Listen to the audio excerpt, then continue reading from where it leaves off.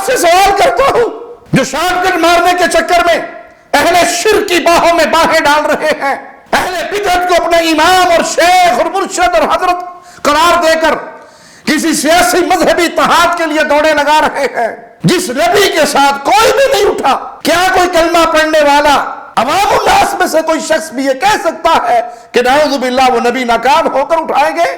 انہوں نے ناکامی کی حالت میں دنیا چھوڑی۔ آج کی زبان میں یہ کہہ لیجئے، جس نبی کو ایک ووٹ نہیں ملا، ایک سپورٹر نہیں ملا، ایک حمایتی نہیں ملا، اور وہ ساری زندگی قولوا لا الہ الا اللہ انا عبود اللہ واجتنبوا الطاغوت، یہ آوازیں لگاتے لگاتے لگاتے دنیا سے چلے گئے۔ ایک بندے نے ووٹ نہیں دیا، ایک سپورٹر ساتھ نہیں چلا، ایک بندہ جلسے میں نہیں آیا، ایک حمایتی پیدا نہیں کر سکے۔ کیا نعوذ باللہ ثم نعوذ باللہ کوئی کلمہ پڑھنے والا کہہ سکتا ہے کہ وہ نبی ناکام گئے؟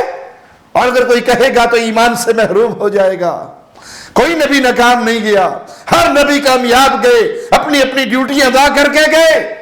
تو پھر کامیابی اور ناکامی کا معیار عوام نہیں ہے، ووٹ نہیں ہے، کرسی نہیں ہے، الیکشن اور سیاست نہیں ہے، جم غفیر نہیں ہے۔ کامیابی اور ناکامی کا معیار یہ ہے کہ آپ منہج مصطفیٰ پر ہیں یا نہیں۔ جو راستہ اللہ نے آپ کے لیے مقرر کیا، جو راستہ اللہ کے حبیب ہمیں دے کر گئے، ہم اس راستے پر ہیں؟ اگر ہم اس راستے پر ہیں، توحید کی دعوت دے رہے ہیں، سنت کی دعوت دے رہے ہیں، اسلام کو عام کرنے میں اپنی آواز بلند کر رہے ہیں، ہم اپنی ڈیوٹی ادا کر رہے ہیں، اور ہمارے ذمہ صرف ڈیوٹی ہے